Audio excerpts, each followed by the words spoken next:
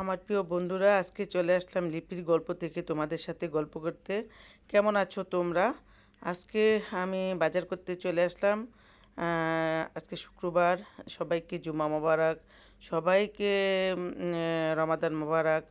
আজকে চলে আসলাম আমি বাজারে। দেখো কি সুন্দর সুন্দর মাছ, ইলিশ মাছ, রুই মাছ, আর সব মাছগুলো তাজা মাছ, একদম তাজা মাছ।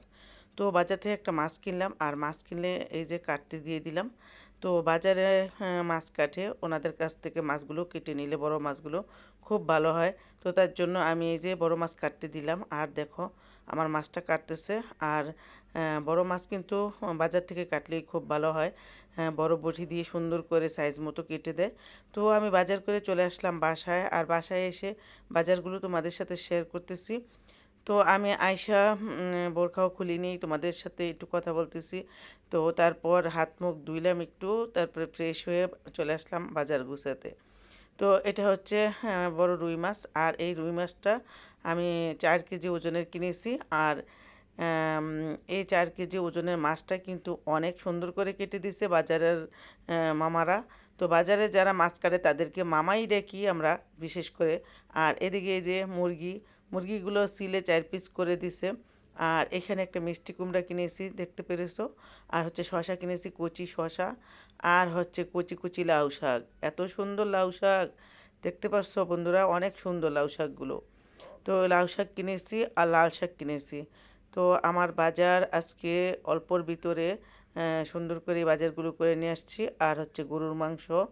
তো তোমাদের সাথে আগে সবজিগুলো শেয়ার করলাম, আর মাছ, মুরগি, আর গরুর মাংস আমি রান্না করে রেখে দিছি, তোমাদেরকে দেখাবো।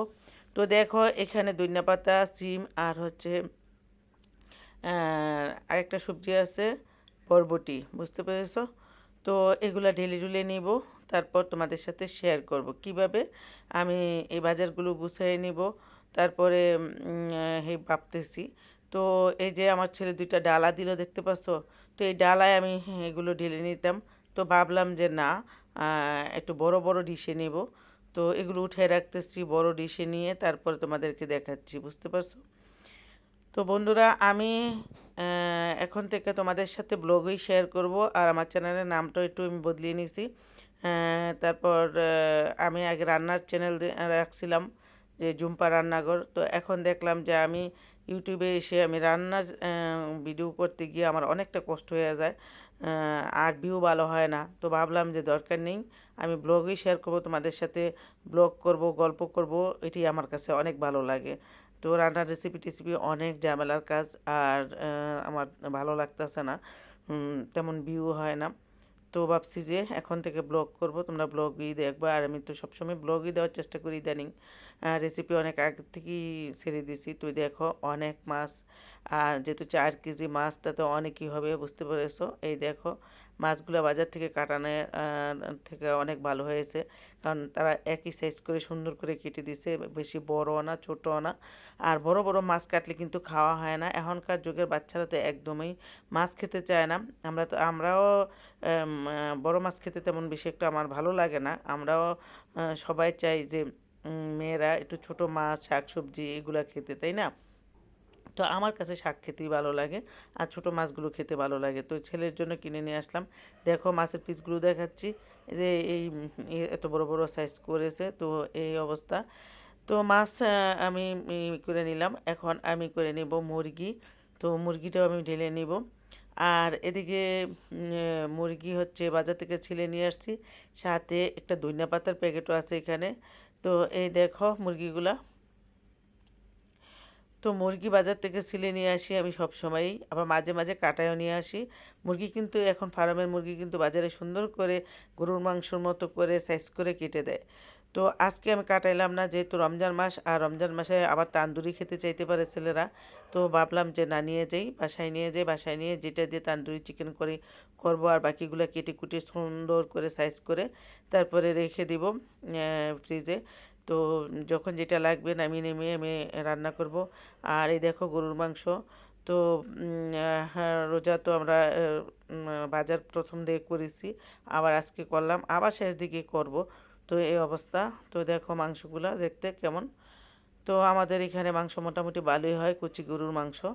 আর মাংসগুলো সিনার মাংস খুবই সুন্দর হয়েছে। তো এই হচ্ছে আজকের বাজার।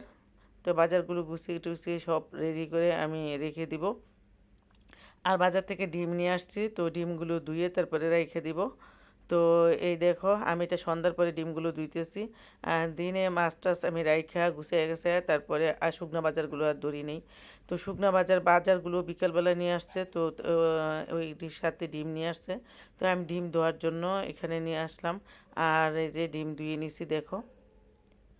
তো ডিম ধোয়া হয়ে গেছে, এখন পানি জড়াই নিব, তারপরে ফ্রিজে রেখে দিব। তারপর আমি এই যে বলটা ধুয়ে তারপরে রেখে দিব। তো আজকে সারাদিনে অনেক কাজ করছি, আর বাকি কাজগুলো করবে শাকিল। শাকিল বলছে, আম্মু তুমি অনেক কাজ করেছো, আজকে তুমি কোনো কাজ করবে না। তো আমার শুকনা বাজারগুলো এখানে চাউলের বস্তা নিয়ে আসবে এখন।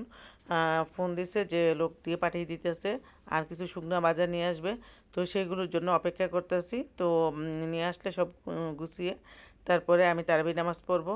তো তোমরা দেখতে থাকো ভিডিওটা, আর ভালো লাগলে অবশ্যই লাইক দিয়ে দিবে, সাবস্ক্রাইব করে পাশে থাকবা সবাই। আর যারা যারা আমার পুরানো বন্ধু, তোমরা তো সবাই আমার ভিডিও দেখো। তো এখন থেকে আবার একটু নতুন করে দেখবা, যেহেতু আমার চ্যানেলের নাম বদলাইছে, তোমরা অনেকে না চিনতে পারো। তো যারা সাবস্ক্রাইব করেছো তারা অবশ্যই এখন চিনতে পারবা। তো দেখো এদিকে আবার টুকটাক বাজার করেছি, সেইগুলো শেয়ার করব। দুধ কিনেছি, তারপরে মশলাপাতি কিনছি, তারপরে বোট ডাবলি, তারপরে এখানে আছে বিভিন্ন ধরনের সদাইপাতি আছে, তো সবগুলো শেয়ার করব। আগে চাউলের বস্তাটা আমি ঢেলে নেই। তো এখানে 2টা চাউলের বস্তা আছে, আর 2টা চাউলের বস্তার ভিতরে 50 কেজি চাউল আছে। তো এদিকে আমার ছেলে বলতেছে আমি এগুলো রেডি করে দিব, তোমার দরকার নেই। তো ওই রেডি করতেছে, ওই আবার যে পলিথিন কেটে কেটে সুন্দর করে সবগুলো প্যাকেট ঢেলে ঢেলে তারপরে পরে ভরে নিব। তো আমার ছেলে খুব সুন্দর করে এই কাজগুলো করতে পারে, তো করে তোমাদেরকে দেখাচ্ছে দেখো। তো জানি না তোমাদের বাসায় কে কে এরকম সাহায্য করে। আমার বাসায় আমার ছেলেরা আমাকে মোটামুটি সাহায্য করে, তার জন্য তোমাদের সাথে শেয়ার করতেছি। তো বাসায় যদি কেউ থাকে, যেদিন কাজ বেশি থাকে, যদি ছেলেমেয়েরা একটু সাহায্য করে, তাইলে কিন্তু আমাদের অনেক অনেক ভালো লাগে, তাই না? তো যেদিন অল্প কাজ থাকে সেদিন আমার কাজ আমি নিজেই করে নেই, আমি বাচ্চাদেরকে করতে দেই না। আর যেদিন কাজ বেশি থাকে, ওরাই নিজের থেকে বলে যে আম্মু আমি একটু বাজার সদাই বেশি করেছো, আমি একটু সাহায্য করে দিই। তো তখন নিজেরও শরীরটা বেশি ভালো লাগে না, বলি যে আচ্ছা করো, সমস্যা নেই। তো ছেলে এই কাজগুলো করতেছে ইফতারের পরে, আর আমি দেখতেছি, আমার কাছে ভালো লাগতেছে। যাই হোক, কেউ সাহায্য করলে কিন্তু অনেক খুশি লাগে, তাই না? অনেক খুশি লাগে, ভালো লাগে। তো এই যে আমার ছেলে সাহায্য করতেছে, আমি দেখে দেখে হাসতেছি, আর আমার ভালো লাগতেছে। তো ছেলে এই যে ডালগুলো ঢেলে নিতেছে, বোট ডাবলি ঢেলে নিল। এখন এই যে খেসারির ডাল, আমার আবার খেসারির ডালে বড়াটা আমার কাছে ভালো লাগে। তারপরে মুসুরির ডাল, মুগ ডাল, খেসারির ডাল, বুটের ডাল, এগুলো আমি মিলে একসাথে আমি বড়া তৈরি করি, আমার কাছে ভালো লাগে। তো বড়া পেঁয়াজু এরকম তৈরি করি। তো বড়া আমি বলি যেটারে কম তেল দিয়ে ভাজি সেটারে বলি বড়া, আর যেটারে পেঁয়াজু বলি সেটা ডুবা তেলের ভিতরে ভাজি একদম মচমচা করে লাল লাল করে, সেটারে পেঁয়াজু বলি। ঠিক আছে, তো এই ডাল দিয়ে আমি 2 পদ্ধতি তৈরি করে খাই, তার জন্য দুইটিই বলতেছি। আর দেখি চিনিটাও ঢেলে নিতে আছে। তো আমি একবারে সব বাজার করি না, যে রমজান মাসে অনেকে আছে সব বাজার একসাথে করে নেয়। একসাথে সব বাজার করে নিলে কিন্তু বাজারের দাম বেশি হয়ে যায়, বুঝতে পারছো বন্ধুরা?